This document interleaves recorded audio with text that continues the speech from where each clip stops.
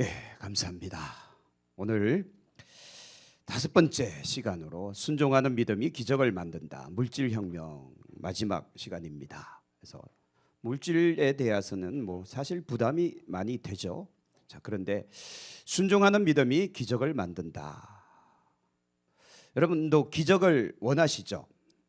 생활 속에 막 기적과 이적과 역사가 막 일어나면 좋지 않겠습니까? 근데 기적은 사실 저는 이렇게 믿어요. 기적은 사실은 기적이 아니라 그게 일상이었는데 일상이 희귀해지다 보니까 이게 기적으로 여겨지는 거예요. 그래서 우리가 흔히 말하는 대표적인 기적이 뭔가 병이 막 낫고 귀신이 떠나가고 안 될 일이 되고 막 이런 거잖아요. 그죠? 근데 여러분, 성경에 기록되어 있는 모든 기록을 보면 귀신이 떠나가고 병이 낫고 안 될 일이 되고 막 불가능한 일들이 일어나는 것들이 그냥 기적인가요? 하나님께서 그냥 행하시는 하나님의 역사 중에 한 가지일 뿐인 거예요. 그렇죠? 근데 이게 우리에게 왜 기적이 됐는가 하면 흔치 않게 일어나고 있기 때문에, 이 말을 바꾸면 우리 안에 진짜 온전한 믿음이 부족하기 때문에 그런 일들을 흔히 보지 못하여서 그러지 않는가, 이런 생각을 하게 됩니다. 자, 믿음의 사람 앞에서는 하나님은 일하시고 역사하신다. 정말 우리의 믿음의 순종 앞에 하나님은 역사하시는데 오늘 그걸 우리 함께 살펴보고자 합니다. 자, 오늘 열왕기상 17장에 보면 엘리야의 이야기 중에 엘리야가 이제 극심한 가뭄, 이 가뭄이 3년 6개월 동안 가뭄이 임하거든요. 자, 주일도 말씀드렸지만 성경이 말하는 가뭄 또는 흉년을 이야기할 때는 한두 달, 두세 달 비가 안 오는 게 아니라 최소 1년에서 2년 그 정도로 비가 한 방울도 오지 않는 극심한 가뭄을 이야기하는 겁니다. 엘리야 시대 때는 몇 년 동안 비가 안 왔다고요? 3년 6개월. 우리나라에서 3년 6개월 비가 안 오면 어떻게 될까요? 끝난 겁니다. 그죠? 농사도 가축도 아예 끝난 겁니다. 여기 낙동강도 마를걸요. 3년 6개월이 비가 오면. 그런데 엘리야 시대 때 그런 극심한 가뭄이 임한 거예요. 자, 그때 하나님께서 엘리야에게 말씀하시는데 9절 말씀에 보면 너는 일어나 어디로 가라? 시돈에 속한 사라밧으로 가라. 저는 성경을 읽다가 이런 거 보면요 참 재미있어요. 재미있는데 도대체 하나님은 무슨 의도를 가지고 저렇게 말씀하실까? 왜 그런가 하면 시돈 땅, 이 시돈 땅은 누구의 고향이죠? 오늘도 상품권을 걸어야 되나요? 좀 어려운 거니까 10,000원짜리 하나 걸까요? 어제 제가 하경이한테 뺏어왔어요. 10,000원짜리. 없지? 10,000원짜리를 뺏어왔습니다. 하경이가 이번에 캠프 가서 받아온, 저기 있구나, 숨어 있었구나, 미안해요. 하경이가 받아온 10,000원짜리를 제가 뺏어왔는데, 자, 시돈 땅 누구의 고향일까요? 이거 알면 진짜 성경에 대한 아주 탁월한 지혜를 가지신 분인데, 하나님이 그래서 참 재밌다는 거예요. 하필이면 왜 시돈 땅이냐? 하필이면 누구의 고향이니까? 그 사람의 고향이니까. 곧 엘리야 시대 때 왕이 누구죠? 북이스라엘의 왕이 아합 왕. 아합에게 시집 온 여자가 이름이 뭐죠? 이세벨. 그럼 이제 답 나왔죠. 시돈 땅은 누구의 고향? 이세벨의 고향. 그럼 이세벨은 아비제벨이라 해서 이 이세벨은 누구의 딸입니까? 시돈 땅의 제사장. 그렇죠? 우상을 섬기는 제사장의 딸. 우리나라식으로 말하면 무당딸이 무당딸. 무당딸이 북이스라엘의 왕한테 시집 와서 무슨 짓을 했습니까? 북이스라엘이 안 그래도 우상을 섬기는 나라였는데 왕비가 되더니 온 이스라엘을 어떻게 바꿔버렸어요? 완벽하게 우상을 섬기는, 바알과 아세라를 섬기는 나라로 완전히 바꿔버립니다. 그리고 사실 남자들은요 여자하기 나름이거든요. 맞죠? 그죠? 권사님들. 그죠? 이 이세벨이 딱 들어와서 누구를 휘어잡아요? 아합 왕을 휘어잡아 버린 겁니다. 그리고는 북이스라엘의 실권자가 누가 되는 겁니까? 이세벨이 되어버리는 거예요. 아합은 꽃하는 보리자루, 여러분 가정의 남편처럼 꽃하는 보리자루가 되고 실제 그 나라를 통치하는 사람은 이세벨이 되어버린 거예요. 그러니 온 북이스라엘이 완전히 우상숭배에 다 빠져버린 겁니다. 하경아 굳었다. 안 줘도 된다. 자, 거기에 시돈 땅이 나오는 겁니다. 그러니 하나님 왜 이 엘리야를 저 시돈으로 보냈을까? 이게 참 기가 막힌 거예요.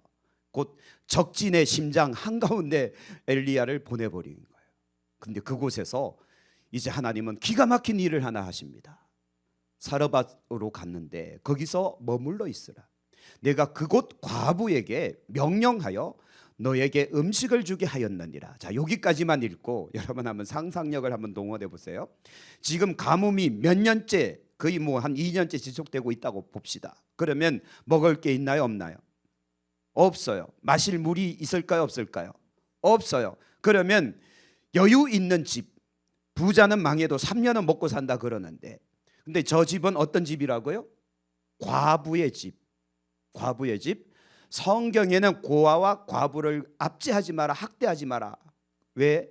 그들은 불쌍한 사람인데 너희가 고아와 과부를 압제하면 내가 너희를 친히 징치하리라. 그런 말씀을 많이 하시거든요, 하나님께서. 그러면 고아와 과부는 어떤 사람들인가 하면 가난의 대상자들, 가난의 대명사예요. 저 사람들은 가난하면 그냥 맞아 떨어지는 과부였기 때문에. 그러면 여러분 몇 년 동안 가뭄이 들어서 먹을 것도 없고 마실 물도 없으면 부잣집도 지금 허덕일 텐데 과부집은 어땠을까요? 이제 뒤에 성경 구절이 나옵니다. 자, 10절 보시죠. 그가 일어나 사르밧으로 가 성문에 이를 때에 한 과부가 나와서 그곳에서 나뭇가지를 줍고 있잖아요. 이에 불러 이르되 청하건대 그릇에 물을 조금 가져다가 내가 마시게 하라. 물이 있는 날이에요, 없는 날이에요? 없는 걸 달라고 그러는 거예요. 물 좀 주세요. 그랬더니 과부가 곤란합니다. 그죠? 자, 근데 그나마 물은, 마실 물은 조금은 있었던 것 같아요. 근데 엘리야가 이상한 제안을 해요. 이왕 물도 줄 거면 떡도 좀, 내가 배고프니 떡도 좀 달라, 그런 거예요. 자, 이 과부의 집은 가난한 집이라 말씀드렸습니다. 떡도 좀 주십시오. 그랬더니 과부가 아주 난색을 표합니다. 그가 이르되 당신 하나님 여호와께서 살아계심을 두고 맹세하노니 나는 뭐가 없고요? 떡이 없습니다. 지금 통에 요만큼 가루가 하나 있는데 요거 기름으로 이렇게 떡 만들어서 내 아들하고 먹고 이제 죽을 날 기다리는 그런 상황이에요. 마지막 박박 긁어서 요만큼 나오는 이 가루, 이게 전부인 가정에 하나님은 엘리야를 보낸 거예요. 하나님도 좀 너무하시죠? 그렇죠? 좀 부잣집에 보내서 넉넉하게 먹고 마시면서 쉬면서 있을 수 있는 그곳에 보내면 좋은데, 아니 왜 찢어지게 가난한, 그것도 극심한 가뭄이 있는 그 땅에 찢어지게 가난한 과부의 집에 엘리야를 보냈을까? 이제 그거 먹고 죽을까, 지금 죽음 기다리고 있는 그 소망도 잃어버린 가정에 하나님이 엘리야를 보내신 겁니다. 근데요, 참 기적이 일어나죠. 13절에 엘리야가 그에게 이르되 두려워하지 말고 가서 내 말대로 하려니와. 먼저 그것으로 누구를 위하여? 참 이게 인정머리 없는 양반, 그죠? 양심도 없는 양반이야. 이게 요만큼 있는 거 먹고 죽을 생각하고 있는 집안에서 그거마저도 뺏어 먹으려고. 참 제가 그랬다면 여러분 뭐 난리 났을 거잖아요, 그죠? 그거 나를 위해 떡 한 개 만들어서 가져와. 그리고 그 후에 너와 네 아들을 위해 만들. 아니 만들 가루가 없다니까요. 근데요, 이거 중요합니다. 14절 이스라엘의 하나님 여호와의 말씀이, 자 이런데 여러분 표시를 해 놓으셔야 돼요. 이스라엘의 하나님 여호와의 말씀이, 앞전에는 하나님께서 너는 일어나 시돈에 속한 사르밧으로 가서 머물라. 내가 그곳 과부에게 명령하여, 이렇게 돼 있잖아요. 그렇죠? 하나님께서 사르밧 과부에게 명령하신다는 거예요. 그런데 여기 엘리야가 하나님의 말씀이 이렇게 이야기한단 말이죠. 여호와가 비를 지면에 내리는 날까지 그 통의 가루가 떨어지지 아니하고 병의 기름이 없어지지 아니할 것이다. 여러분 믿어져요? 믿어지면 대단한 믿음인데, 이거 원래 원칙대로 말하면 안 믿어져야 되거든요. 그렇죠? 이게 무슨 뭐 자다가 뭐 홍두깨도, 그죠? 이게 안 믿어져야 되는데 이상하죠. 여러분 사람이요 깊은 절망 가운데 빠지면 진짜 지푸라기 하나라도 잡을 심정이 생기잖아요. 이 여인은 뭐 이래도 죽고 저래도 죽고, 그렇죠? 그런 상황인 것 같습니다. 그래서 엘리야가 그런 말 하니까 에이 뭐 우리 먹고 죽거나 이거 젖버리고 그냥 죽거나 그게 그거다 하고 그냥 생각한 것 같아요.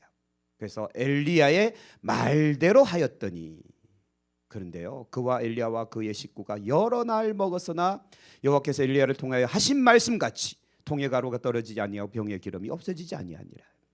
오병이의 기적 같은 기적이 일어나 버린 겁니다. 그 극심한 가뭄 속에 이 집은 먹을 것이 떨어지지 않는 거예요. 자, 이 이야기를 오늘 이제 본문이 시작하고 있습니다. 그래서 그림을 도움을 받기 위해서 그림을 이제 제가 다운받아서 이렇게 해놨습니다. 엘리야가 가서 물 좀 주시오. 그 떡도 나한테 주시오. 지금 그런 말을 하고 있는 겁니다. 근데 이 여자가 지금 그 성경 이야기는 다 읽었으니까요. 극심한 가뭄이 있는 저 땅입니다. 참 아들하고 죽을 생각을 하고 있는. 자, 그런데 제가 이 성경 구절만 따로 빼놨는데요. 먼저 그것으로 나를 위하여 작은 떡을 만들어 내게로 가져와라. 절망 가운데 있는 여인에게 이야기한 거예요. 자, 그런데 빨간색만 엘리야의 말대로 하였더니예요. 엘리야의 말대로 하였더니. 제가 왜 이걸 강조점을 뒀는가 하면, 여러분 뒤에도 끝날 때도 말씀드리겠지만 우리가 지난 한 달 동안 계속해서 받는 말씀이 있어요. 창세기로 들어오면서 창세기에서 성경의 대전제 세 가지가 나온다고 제가 정말 강조점을 둬서 말씀드렸잖아요. 그렇죠? 성경에는 성경 전체를 꿰뚫는 대전제가 세 가지가 나온다. 왜 창세기에 그게 나오는가 하면 성경이 이제 시작되는 것이니까 우리에게 교훈하기 위해서요. 그래서 여러분, 제가 다시 말씀드리지만 이같이 성경을 꿰뚫는 대전제를 이야기하는 목사님이 거의 없을걸요. 장 목사 외에는 없을 겁니다. 제가 이거 어딘가에서 뺏겨온 거 아니라는 걸 지금 말씀드리는 거예요. 성경에 큰 맥이 있는데, 물줄기가 있는데 이 세 가지다라는 거죠. 자, 제가 안 띄워드릴 거예요. 첫 번째 성경의 대전제가 뭡니까? 말씀하시는 하나님. 그 다음은요, 복종하는 만물. 그 다음은요, 기뻐하시는 하나님. 요게 첫 번째예요. 첫 번째. 그래서 말씀이 정말 중요하다. 여호와는 말씀하시는 하나님. 지금 이 시대도 말씀하시는 하나님이에요. 우리가 하나님을 본 적이 없잖아요. 본 사람도 없잖아요. 근데 우리가 그 하나님을 어떻게 느끼고 알고 또 우리가 그 하나님을 만납니까? 무엇을 통해서요? 말씀을 통해, 성경을 통해서요. 그러면 우리한테 물어봐요. 이번 주에 성경 몇 장 읽으셨냐고. 눈빛을 저를 보세요. 나를 바라봐. 여러분, 우리가 하나님을 만나고 싶잖아요. 그럼 어디에서 하나님을 만날 수 있어요? 성경 속에서 하나님을 만나면 돼요. 그렇죠? 우리가 그래서 하나님의 말씀을 소중히 여겨야 될 이유가 거기 있습니다. 하나님은 지금도 말씀하시는 하나님이시거든요. 그래서 첫 번째 말씀이 대전제고, 두 번째가 뭔가 하면 예배자가 되라는 거예요. 아브라함이 궁금해서 묻잖아요. 그 언약을 내가 무엇으로 확인할 수 있겠습니까? 그랬더니 하나님께서 야, 재물 가져와. 너 나한테 예배해. 그럼 내가 보증해 줄게. 이거예요. 여러분, 우리의 삶의 예배는 사실은 우리의 전부가 돼야 돼요. 예배를 위해서 일주일을 살아야 돼요. 월요일부터 토요일까지 우리는 예배를 준비하는 삶이 돼야 돼요. 그리고 주일이 되면 와서 예배하는 그 감격과 그 감동 가지고 또 하나님 앞에 영광 올려드리며 예배하는 삶이 돼야 돼요. 그냥 일주일 중에 주일이 귀찮은 날 쉬어야 되는데 꼭 교회는 오라 그러고 이러지 마시고요. 진짜 하나님이 살아계심을 믿는다면 예배자가 한번 되어보십시오. 말씀 그대로 예배하는 자를 하나님은 찾으시고 예배하는 자를 만나주십니다. 만나주실 뿐만 아니라 말씀해 주신다니까요. 그래서 말씀이 들어올 때 우리는 그 말씀에 깨달음이 있고 그 말씀대로 살아가다 보면 기적 같은 일들이 일어나는 거예요. 그래서 하나님은 그게 기적이 아니라 일상이야. 바라크의 복을 내가 너에게 주겠다 말씀하고 계시잖아요. 창세기에. 창세기는요 계속해서 바라크의 복만을 끊임없이 이야기해요. 뒤로 넘어가는 아슐레가 나오지만 아슐레는 그냥 쉽게 말하면 행복이에요. 내가 추구하는 인생의 행복. 행복을 하나님 주세요. 이게 아슐레예요. 그래서 저는 이 말을 받고 났어요. 아쉽네. 그렇죠? 우리 인생 가운데 행복만을 추구하면 아쉬운 인생이 돼요. 물론 그것만으로도 수많은 세상 사람들은 만족하고 살아가죠. 행복하니까. 그러나 우리는 그리스도인이잖아요. 우리는 행복을 추구하는 사람이 아니라 천하를 추구하는 사람이 돼. 천하, 천하만국이 너로 인하여 복을 받을 것이다. 이게 바라크의 복 아닙니까? 그래서 여러분들도 그런 꿈을 꾸세요. 천하만국이 나 때문에, 우리 교회 때문에 복을 받을 것이다. 얼마나 거룩하고 얼마나 우주적인 그런 비전이에요, 그죠? 자, 그래서 예배자가 되라는 거예요. 세 번째 대전제는 나는 너의 하나님이 되고 너희는 내 백성이 되리라. 이 성경은요, 제가 재작년에도 그랬지만 성경을 압축기로 꽉 짜서 압축해서 진액을 뽑아내면 저는 이렇게 생각합니다. 이 구절이 나온다고. 나는 너의 하나님이고 너희는 내 백성이다. 이를 위해서 예수님도 오셨잖아요. 그렇죠? 그러므로 성경은 그게 정말 중요하다라는 거죠. 자, 그래서 오늘도 이 여인의 집에서 저 성경 구절 빨간색으로 칠한 거, 엘리야의 말대로 하였더니, 이 엘리야의 말은 누구 말인가 하면 여호와께서 엘리야를 통하여 하신 말씀이거든요. 하나님의 말씀인 거예요. 하나님의 말씀대로 순종했더니 기적이 일어난 거예요. 그러면 저게 기적인가요? 일상인가요? 일상이에요. 여호와의 말씀대로 순종하였더니 저런 일들이 그냥 일어나는 겁니다. 그해 농사를 지었더니 100배나 얻는 거예요. 우물을 팠더니 물이 솟아나는 거예요. 일상의 기적이에요? 아니, 일상이냐고요? 기적이냐고요? 일상이에요. 이삭의 삶에는 그냥 평범한 일상인 거예요. 기적이 아니에요. 그러나 그 블레셋 지역의 사람들이 볼 때는 기적인 거예요. 아비멜렉이 볼 때는 매 기주고 엄청난 기적인 거예요. 그러나 이삭의 입장에서는 일상인 거예요. 당연한 겁니다. 우리도 좀 그런 인생 살아갑시다. 여러분들에게도 그런 인생이 펼쳐지기를 주의 이름으로 축복을 드립니다. 세상 사람들은 기적이 일어났네 그러는데 우리가 볼 때는 뭐 그런 걸 갖고 놀래? 당연한 걸? 그렇지 않겠습니까? 그렇게 되어지기를 소망합니다. 그래서 제가요, 어제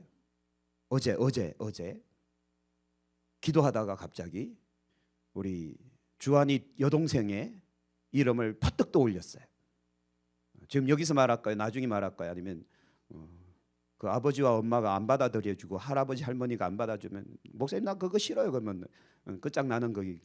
그래서 오늘은 안 밝히고 한진 집사님이 오면 그 아버지에게 직접 이야기해보고 의견을 물어보도록 하겠습니다. 힌트만 드리면 하나님의 명령의 의미를 담았어요. 주는 주님 주자, 주인 주자를 썼고 뒤에는 하나님의 명령이라는 한자를 집어넣었어요. 그래서 주님의 명령을 따르라 난 의미를 그 이름 속에 뒀습니다. 괜찮은가요, 장로님? 주형리는 주님의 형상이고 주한이는 뭐죠? 주님의 평안. 그럼 막내는 이제 막내는 안 돼, 아니다. 넷째도 날 수 있으니까 주님의 명령을 따르는 자, 뭐 이렇게 모르겠어요. 나중에 밥 한 끼 사셔야 될지 아니면 제가 사드려야 될지 모르겠지만 하나님의 말씀 이게 정말 중요하다는 겁니다. 그래서 요거 공과에 있는 거니까 한번 읽어볼게요. 여인의 믿음은 하나님을 신뢰하는 자들에게 그들의 필요를 채워주시는 하나님의 능력을 보여주시는 증거가 됩니다. 하나님을 신뢰했더니 하나님은 기적을 일으키셨다. 그러나 저는 생각합니다. 이건 기적이 아니라 일상인 거다. 흔히 일어날 수 있는 일이지만 이게 왜 희귀한 일이 됐는가 하면 그런 믿음이 없어서 그렇다. 자, 오늘 공과에 보면 나머지는 다 생략해버리고요. 재물에 대한 세 가지 원리에 대한 이야기를 합니다. 첫 번째 같이 읽어볼게요. 두려운 생각과 걱정이 앞서도 하나님이 믿음을 요구하실 때는 어떻게 해요? 과감하게 순종해야 된다. 과감하게 순종해야 된다. 우리의 믿음은요, 고민하면 안 돼요. 고민하는 순간 딴 데 간다니까요. 자, 한 예를 들어드리면 이거는 뭐 공과에 없는 이야기를 지금 말씀드립니다.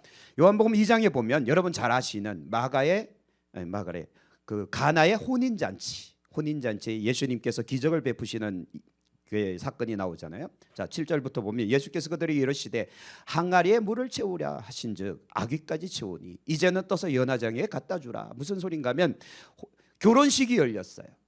우리나라는 결혼식을 낮에 하지만 이스라엘은 결혼식을 해가 딱 떨어지는 그 순간부터 시작이 됩니다. 그래서 저녁에 결혼식을 하는데 하필이면 낮이면 대처할 수가 있는데 밤이 됐기 때문에 대처할 수 없는 거예요. 술이 떨어진 겁니다. 술이 떨어지니 잔치상에 잔치 자리에 사람들이 동네 사람들이 많이 왔는데 술이 떨어지니 흥이 떨어지는 거잖아요. 맞죠? 그죠? 남성분들 술 떨어지면 흥이 떨어지잖아요. 아시면서 모르는 척하고 계시는 거잖아요. 그러니 이제 잔치집이 난리가 난 거예요. 예수님은 그 집에 친척이기 때문에 초청돼서 갔는데 이게 잔치가 지금 망가지게 생겼습니다. 그랬더니 마리아가 갑자기 예수님께 뭐 부탁을 해버리잖아요. 그래서 예수님께서 갑자기 얼토당토 않는 이야기를 하십니다. 항아리에 물을 채우라. 채웠어요. 연회장에 갖다 주라. 이 말이 왜 말이 안 되는가 하면 저 항아리는 어떤 용도의 항아리일까요? 이스라엘은 동남아도 역시 마찬가지지만 동남아도 가보면요, 집 문 밖에 문 앞에 이따만한 커다란 항아리가 있습니다. 이 항아리는 비가 올 때 빗물을 받든지 아니면 우물물을 받아서 채우는 것. 이게 용도가 뭔가 하면 손이나 발을 씻는 용도예요. 음용수가 아니라는 겁니다. 그런데 예수님께서 그 항아리에 물을 가득 채우게 하시더니 갑자기는 이제 연회장에 갖다 줘, 잔치상에 갖다 줘 그럽니다. 여러분, 잔치상에 지금 사람들 뭘 기다리고 있죠?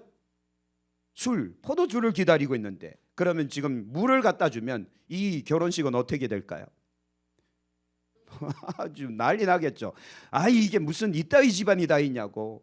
잔치집에 맹물 갖다 주고 손발 씻는 물을 갖다 주면 손님들이요 노발대발하고 나갈 거 아니에요. 막 저주하고 나갈 거 아닙니까? 근데 예수님께서 그 일을 지금 버리고 있단 말이죠. 이상한 일이 일어납니다. 그 뒷이야기는 설명을 해드릴게요. 연회장에 갖다 주는데 그 물이 뭘로 변합니까? 포도주로 변해요. 근데 그 포도주를 마신 사람들마다 주인을 칭찬하는데 어떻게 칭찬하는가 하면 보통 집안에는 좋은 술을 내서 취하게 만든 다음에 취하고 나면 입맛이 막 변하니까 뭐 맛이 있는지 없는지 잘 모르니까 좀 약간 순도가 약하거나 좀 질이 낮은 술을 주는데 이 집은 처음에도 좋은 술이었는데 뒤로 가면 갈수록 점점 더 좋은 술을 갖다 준다. 곧 예수님께서 변화시킨 그 물은 가장 질 좋은 포도주로 변화돼 버린 거예요. 그런 기적이 그 가운데 일어난 겁니다. 그때 성경은 이 한 구절을 기록하고 있습니다. 사람들은 아무도 몰라요. 주인도 모르고 다 모르지만 물도온 하인들은 알더라. 이 물도온 하인들은 누굽니까? 물을 아구까지 채운 사람들, 그리고 그 물을 떠서 연회장에 갖다 준 사람들. 이 종들은 이렇게 생각할 수 있었잖아요. 아니, 이렇게 떠서 갖다 드리면 내 목숨이 지금 위험하다고. 안 그래요? 그렇죠? 주인이 명령한 게 아니라 예수님이 명령한 거기 때문에 손님이잖아요. 예수님도 손님인데 손님 말 들어서 물 갖다 줬는데 물 따라 먹고는 이게 뭐야 하고 손님들이 노발대발하면 주인이 지금 종을 죽일 수 있는 상황 아닙니까? 근데 종들은요 알고 있는 거야. 이게 물이라는 사실을. 그렇죠? 과감한 순종이라고 표현했습니다.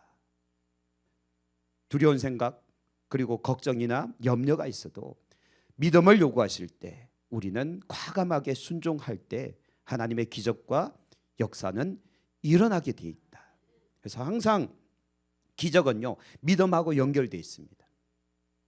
생뚱맞게 갑자기 기적이 일어나지 않습니다. 믿음의 사람들이 있을 때 그곳에 기적이 일어나는 겁니다. 이게 첫 번째 원칙이고요. 두 번째는 자 같이 읽어볼까요? 하나님을 뭐 할 때? 신뢰할 때 그분은 우리들의 필요를 채워주신다라는 거예요. 자, 이 신뢰. 그래서 아브라함 이야기는 안 할 수가 없어요. 아브라함에게 하나님께서 어느 날 갑자기 말씀하십니다. 야, 네가 사랑하는 독자, 네가 100세에 낳은 아들, 네가 그렇게 눈에 넣어도 안 아프다고 그렇게 자랑한 아들 죽여라고 이야기합니다. 아니, 주실 때는 언제고 죽이라는 건 또 뭐냐 이거예요. 근데 아브라함은 고민해요, 안 해요? 고민을 안 한 것 같아요. 왜? 아침 일찍 일어나서 가잖아요. 아침 일찍 일어나 나귀 한 장 지우고 두 주종과 함께 아들 데리고 뭐 장작도 쪼개서 떠나버리잖아요. 그렇죠?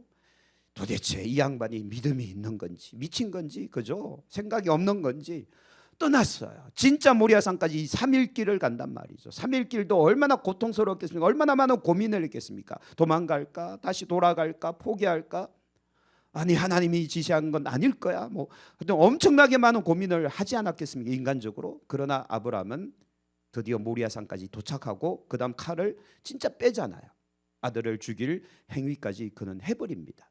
그래서 하나님을 뭐 할 때? 신뢰할 때 그분은 우리의 필요를 채워주신다. 그래서 그 모리아산에서 여호와 이레라는 말씀이 나오잖아요. 여호와 이레의 말은 여호와의 산에서 준비하시리라. 여호와께서 준비하신다라는 뜻을 갖고 있지만 제가 히브리 원어 그대로 번역해 드렸습니다. 여호와께서 보고 계신다. 아브라함을 보고 계셨던 거예요. 모리아도 보고 하나님께서 보시는 산이라는 뜻을 갖고 있다고 말씀드렸죠. 그래서 하나님께서 보고 계신다. 이미 하나님은 다 준비해 놓고 우리의 믿음을 보고 계시는 거예요. 그 자리까지 올 수 있는지 없는지를 보고 계시는 거예요. 자, 그래서 다시 한번 말씀드립니다. 우리의 삶에, 내 삶에는 왜 기적이 없는가? 우리가 아직 여기까지 안 온 거예요. 그렇죠? 모리아산까지 와야 되는데 아직 집에서 고민하고 있으니까 기적이 안 일어나는 거예요. 기적은 현장에 갈 때 일어나는 겁니다. 요단강물을 밟을 때 물이 갈라지는 겁니다. 모세가 손을 들을 때 홍해가 갈라지는 거예요. 항상 우리가 그 현장까지 올 때까지 기다리고 계시는 거예요. 그러면 여러분의 삶의 현장에서도 기적의 현장까지 가십시오. 근데 그 현장까지 가는 건 정말 피눈물 나는 일일 수도 있습니다. 그렇죠? 우리의 이성과 상식을 완전히 깨뜨리고 내 안에 있는 모든 걸 다 깨뜨리고 포기하고 가야 될 수도 있습니다. 그러나 하나님은 준비해놓고 기다리고 계신다. 아니 좀 더 정확하게는 준비해놓고 보고 계신다. 내가 어떻게 행동하는지, 내가 어떤 삶을 살아가는지를 보고 계신다라는 겁니다. 그러나 우리가 하나님을 신뢰하면 갈 수 있다는 거예요. 할 수 있다는 거예요. 그렇죠? 그래서 하나님을 신뢰하는 것이 우리에게 참 중요하다라는 겁니다. 그래서 우리가 물질을 드릴 때도 하나님을 신뢰하면 우리는 그렇잖아요. 이거 쓸 때도 많고 할 것도 많은데 이거 내가 11조 드리고 감사하고 헌금 드리고 이거 드리면 우리는 쓸 거 없어. 그러나 하나님을 신뢰하면 하나님께서 채우신다 라고 믿어버리면 진짜 하나님께서 채우시고, 그렇죠? 그래서 제가 원래 들어오면서 말씀드렸습니다. 혹시나 여러분 가운데 돈 떼인 사람이 있으면 돈 떼먹고 도망간 그놈이 어느 날 갑자기 와서 무릎 꿇고 잘못했다고 싹싹 빌면서 원금의 이자까지 갖다 주는 기적이 일어날 수도 있겠다. 믿으세요. 농담 삼아 던진 거지만 진짜가 될 수 있잖아요. 그래서 여러분 손해본 거 하나님께서 다 채워주시도록 원래 보라 내가 새 일을 행하니 이제 나타낼 것이다 말씀하신 거잖아요. 그 말씀을 그냥 믿읍시다. 하나님을 신뢰하다 보면 하나님은 기적을 일으키신다. 근데 그게 우리 편에선 기적 같아도 하나님 편에선 당연한 거예요. 그리스도인 곧 하나님의 백성에게는 당연히 일어나는 일들이다. 왜? 하나님이 함께 하시는 거니까. 그 다음 세 번째는 같이 읽습니다. 현실을 보지 말고 뒤에 계신 하나님을 주목하라는 거예요. 우리를 책임지신다. 그래서 여러분 우리와 함께 하시는 하나님을 정말 믿으십니까? 오늘 새벽에 말씀을 나누었어요. 야곱이 이제 에서가 죽이려고 하니까 엄마 리버가가 야곱아 너 외삼촌 집에 좀 가 있으라. 며칠 좀 가 있으라. 네 형이 너 죽이려고 그런다. 그래서 이삭의 동의를 얻어서 야곱이 이제 태어나서 한 번도 가본 적이 없는 외갓집을 가는 거예요. 근데 이 외갓집이요 그냥 여기서 예천 가는 길이 아니거든요. 외갓집이 거리상 800km나 떨어져 있어요. 정말 빨리 가도 2달, 그냥 보통 여행자의 걸음으로 가면 석 달이 걸리는 먼 거리예요. 그러니 그 먼 거리를 가려고 하니 이게 발걸음이 떨어집니까? 사랑하는 어머니를 뒤로하고 가족을 뒤로하고 집을 뒤로하고 집에는 에서가 있으니까 에서가 자기를 죽이려고 하니까 이게 뭐 얼마나 막 무너지겠어요. 태어나서 단 한 번도 집을 떠나본 적이 없는데 지금 집을 떠나서 그냥 그 총각이 야 이러다 내가 여기서 객사하는 거 아닌가, 길거리에서 강도 만나서 아니면 죽으면 어떻게, 온갖 염려 걱정이 있을 거 아니에요. 미래에 대한 염려가. 그러면서 이제 길을 떠났는데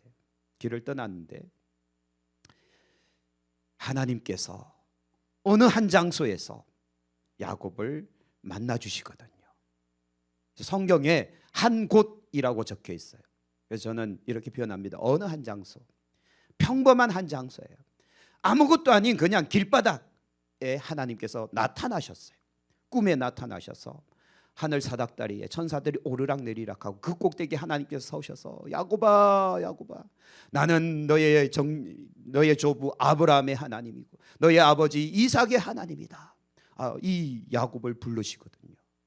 그 엄청난 광경을 야곱이 보고요, 자다 말고 벌떡 일어납니다.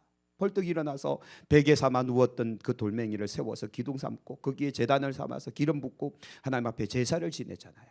왜? 하나님께서 그곳에 나타나셨기 때문에. 근데 그때 하나님께서 야곱에게 뭘 말씀하셨는가 하면, 내가 너에게 복을 주고, 이 복은 바라크의 복이라고 말씀드렸습니다. 생육하고 번성하고 충만하라, 정복하라, 다스리라, 너희 것이 될 것이다. 바라크의 복을 이야기 또 하고 계신단 말이죠. 그때 하나님이 한마디 하십니다. 내가 너와 함께 하겠다. 염려 속에, 걱정 속에 사로잡힌 야곱에게 하나님은 말씀하십니다. 내가 너의 할아버지와 아버지에게 약속한 그 약속을 너에게 행할 텐데 너 걱정하지 마, 두려워하지 마, 내가 너와 함께 하리라. 이 말씀을 하셨단 말이에요. 우리는 그래서 현실을 보지 말고 뒤에 계신 하나님을 주목할 필요가 있다. 왜냐하면 하나님은 결코 우리를 떠나신 적이 없지만, 그렇죠? 누가 떠난 거예요? 내가 떠나잖아요. 자꾸 내가 딴 곳에 가니까 이게 문제가 되는 거예요. 그러나 내가 어느 곳으로 가든 하나님은 그곳에서도 여전히 나와 함께 하신다. 오늘 새벽에 이렇게 말씀 나눴습니다. 제가 신학교 다닐 때 계룡산을 좋아해서 정말 매주마다, 가을이 되면 매주마다 계룡산을 올라갔거든요. 또 계룡산을 올라간 이유 중에 두 번째 이유가 뭔가, 첫 번째 운동하러 간 거, 두 번째는 뭔가 하면 계룡산이 명산이라고, 영산이라고 해서 구경하러 간 거예요. 뭘 구경하러 갔는가 하면 거기에 전국의 팔도에 있는 유명하다는 그 용하다는 무당들은 다 계룡산에 와서 입산수도 하잖아요. 저는 계룡산 입산수도 7년 차입니다. 왜냐하면 7년 동안 거기를 돌아다녔으니까. 계룡산을 거기에서 뭘 구경했는가 하면 무당들이 촛불 꽂아놓고 비나이다 비나이다 한 그 현장들을 다 보는 거예요. 그래서 도대체 여기에 뭐가 있길래 여기 와서 촛불 켜놓고 밤새도록 비나이다를 했느냐. 가보면 뭐 있어요? 없어요? 뭐가 있긴 있어요. 뭐가 있어요? 오래된 고목, 그렇죠? 오래된 고목이 있든지, 아니면 바위, 굴이 있든지, 아니면 이상하게 생긴 또 뭔가가 있어요. 그 무당들 또는 이 무속신앙을 가진 사람들은 그런 이상하게 생긴 거나 이상한 장소에 뭐가 있다라고 믿습니까? 신령함, 신이 깃든다라고 믿고 있어요. 여러분들도 설마 그러십니까? 사냥교에 오면 하나님이 계시는 것 같고, 여러분 집에 가면 하나님이 안 계시는 것 같고, 그렇게 생각하십니까? 그건 진짜 잘못된 거예요.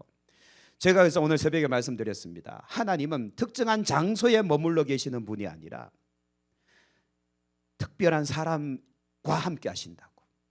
그 특별한 사람이 누군가 하면 여러분들, 곧 하나님의 백성된 자, 하나님의 백성된 자와 하나님은 그가 어디로 가든 그와 함께 하신다.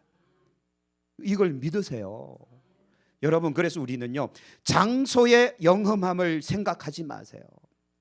내가 하나님 안 믿으면 솔로몬 성전에 들어간다 할지라도 그곳에 하나님 안 계십니다. 내가 하나님을 안 믿는다면. 그러나 내가 하나님을 믿는다면, 여러분, 내가 소돔과 고모라 성에 간다 할지라도 그곳에 하나님이 함께 하십니다. 이게 성경의 가르침이에요. 근데 우리는 자꾸 거꾸로 생각하거든요. 뭔가 영험한 장소, 신령한 장소에 가면 거룩해지는 것 같고, 아니면 뭐 속되게, 아니요, 하나님은 나와 함께 하시는 거예요. 나. 그렇죠? 그래서 하나님은 이 야곱에게 말씀하시고 내가 너와 함께 하리라. 성경에 보면 아주 유명한 사건 하나 있죠. 다윗과 골리앗 이야기입니다. 그렇죠? 다윗이 골리앗 앞에 서서 이렇게 말합니다. 주의 종이 사자와 곰도 쳤은즉 살아계신 하나님의 군대를 모욕한 이 할례받지 않은 블레셋 사람이리까 그가 그 짐승의 하나와 같이 되리이다. 그러면서 다윗이 골리앗과 맞서 싸우려고 막 나가죠. 자, 이 이야기 중요한 거니까 한번 읽어볼게요. 또 다윗이 이르되 여호와께서 나를 사자의 발톱과 곰의 발톱에서 건져내셨은즉 나를 이 블레셋 사람의 손에서도 건져내시리다. 사울이 다윗에게 이르되 가라. 그 다음요, 저 순간에는 사울 왕도 조금 뭔가 좀 아는 것 같아요. 그죠? 여호와께서 너와 함께 계시기를 원하노라. 근데 원하는 게 아니에요. 하나님은 이미 다윗과 함께 하고 계시잖아요. 그런데 다윗이 저런 배짱 있는 저 말을 외칠 수 있고 진짜 저런 행동을 할 수 있는 게 과감한 행동, 자기 목숨을 거는 거 어떻게 합니까? 근데 다윗이 믿는 구석이 있죠. 이미 이 사건 이전에 다윗에겐 어떤 사건이 있었죠? 사무엘 선지자가 쫙 나타나더니 갑자기 이 집에 누가 있다? 이세 집에 나타나서 이 집에 누가 있다? 내가 왕이 될 상인가? 뭐 그런 거잖아요, 그렇죠? 다윗에게 머리에 기름 부어 이스라엘을 왕으로 삼아 버렸단 말이에요. 그러면 다윗의 미래는 이미 정해진 거잖아요.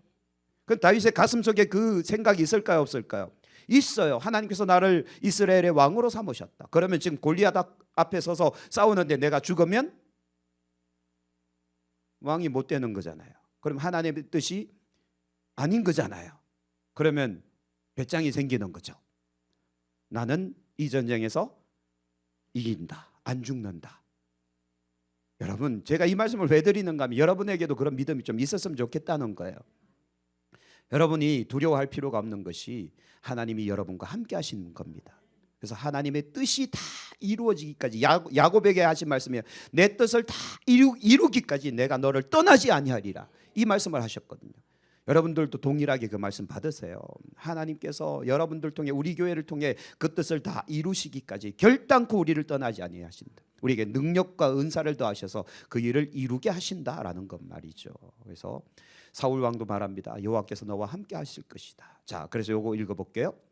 공가에 있는 건데요. 하나님의 관점으로 물질을 바라보십시오. 그분께서 당신의 모든 것을 소유하고 계시며 당신을 책임지고 계시다는 사실을 믿으십시오. 그래서 우리의 걸음걸음 인도하시는 분은 하나님이시다라는 사실을 믿읍시다. 그래서 우리는 거룩한 청지기의 관점에서 물질을 대하고 사용해야 된다는 거예요. 우리는 청지기예요. 우리는 우리 인생의 주인이 아니라 우리는 종이에요. 하나님의 백성입니다. 그리고 하나님은 우리에게 이 모든 세상을 맡기셨어요. 우리에게 위임하셨지만 우리가 주인 아니에요. 그래서 창세기에 보면 하나님께서 아담과 하와에게 맡기시잖아요. 그러나 너희 것이 될 것이라고 말했지만 너희가 주인이라는 뜻은 아니거든요. 그래서 하나님이 경계를 딱 그어놨잖아요. 동산 나무의 중앙에 있는 나무의 실과는 먹지 마. 하나님이 주인이라는 걸 분명히 그들에게 밝히고 있는 거예요. 근데 사람은 이걸 넘어간 거죠. 내 인생은 나의 것, 내 인생은 나의 것. 뭐 그렇게 노래하잖아요. 사랑하는 부모님은 나에게 모든 걸 다 주셨지만 내 인생은 나의 것입니다. 이런 불효자식이 어디 있냐, 그렇죠? 그런 그 노래 많이 불러보셨죠, 박병호 집사님. 근데요, 우리는 우리 인생의 주인이 아니에요, 그렇죠? 우리는 청지기예요, 청지기. 그래서 청지기의 관점에서 우리 물질을 사용해야 되는데, 얘가 왜 안 넘어갈까요? 이거 좀 박병호 집사님 좀 도와주십시오. 다음 페이지로. 배터리가 없구나. 자, 다음 페이지로 좀만. 이제 다 끝나갑니다. 예, 이 그림 야곱 이야기. 좀 전에 야곱 이야기 말씀드렸지만 야곱이 꿈꾸다가 잠을 자는데 하늘 사닥다리가 보이고 천사들이 오르락 내리락 하고 그 위에 하나님이 계시는 장면을 봅니다. 다음이요.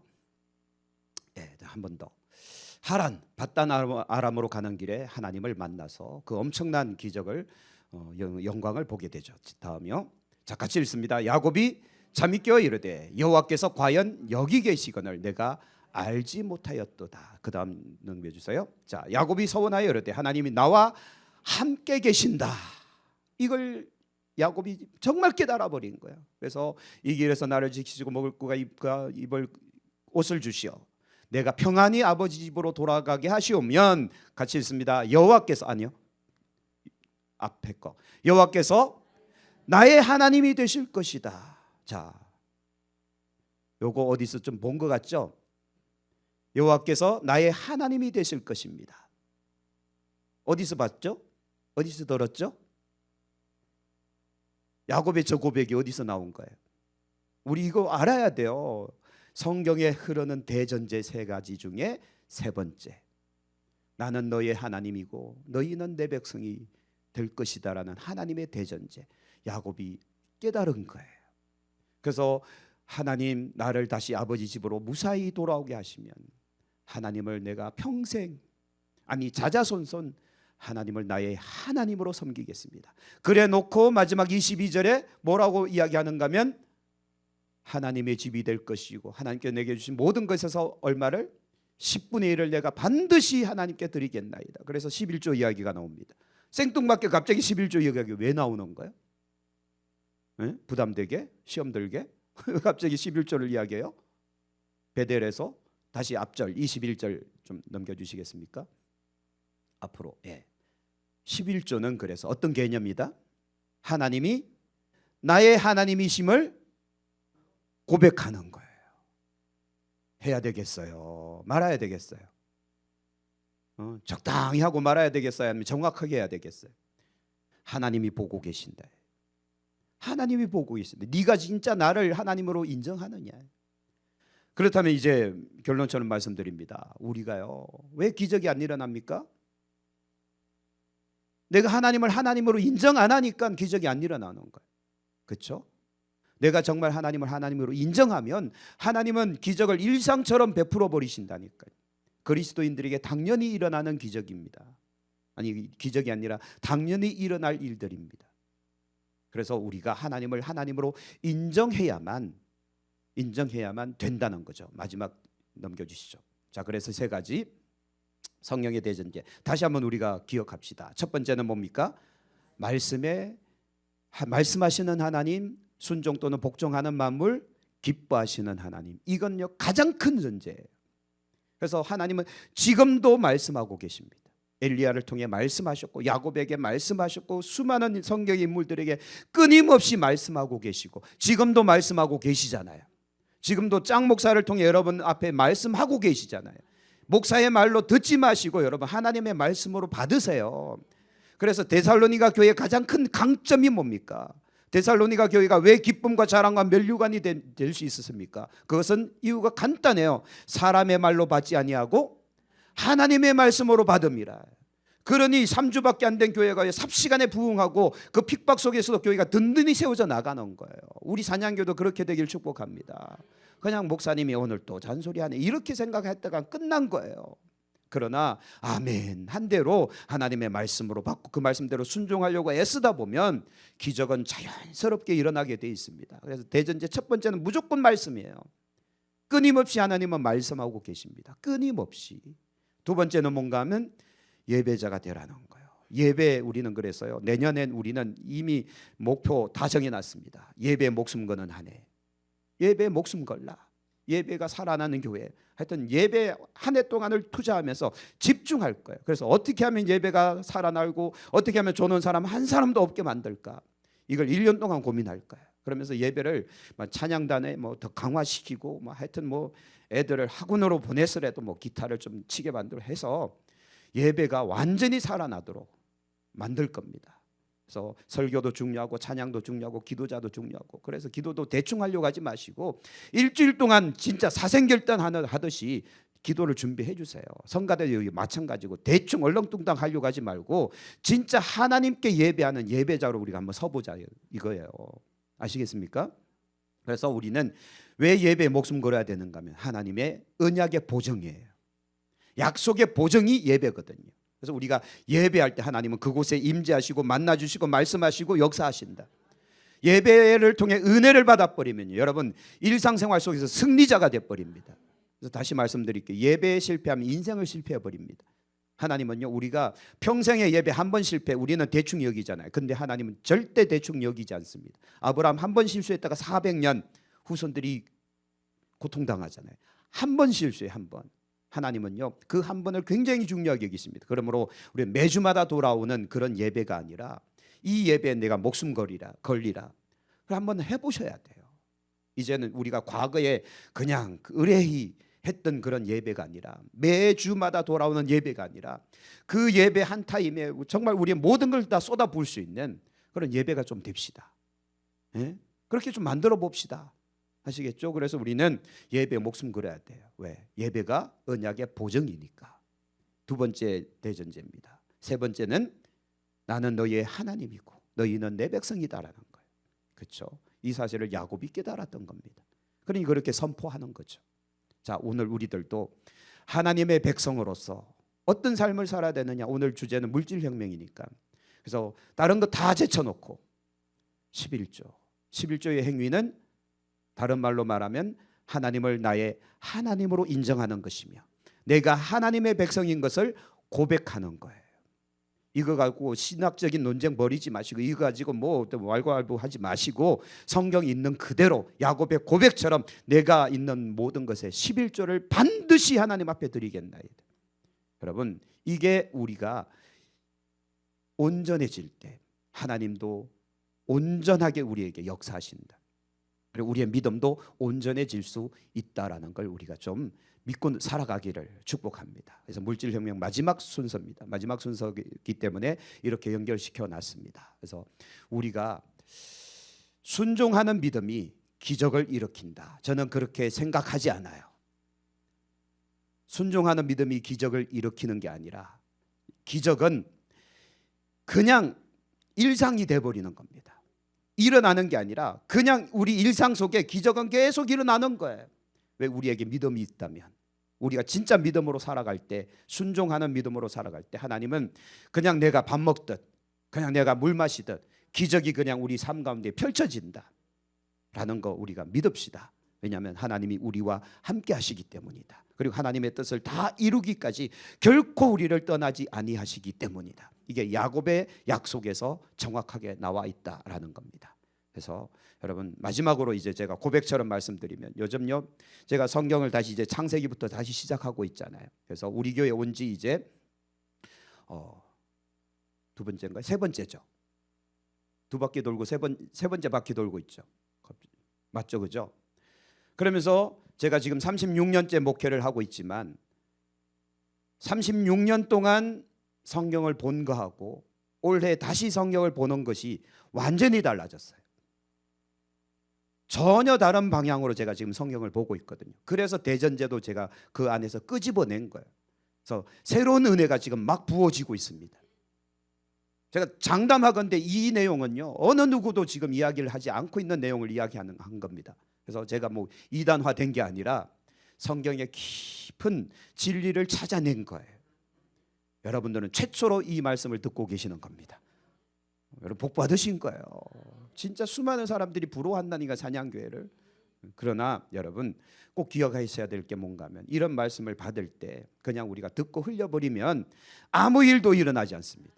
그러나 이것을 믿음으로 받고 아멘으로 순종할 때 하나님은 역사하신다. 그래서 오늘 해주신 말씀처럼 보라 내가 새 일을 행하리니 이제 나타낼 것이다. 그 일들이 여러분 삶 가운데 막 펼쳐질 겁니다. 저는 그래서 확신합니다. 그러므로 이제 우리 순종하는 믿음으로 기적이 일상이 되는 주인공들이 또 교회가 됩시다. 오늘 상품권은 굳었습니다. 기도하겠습니다.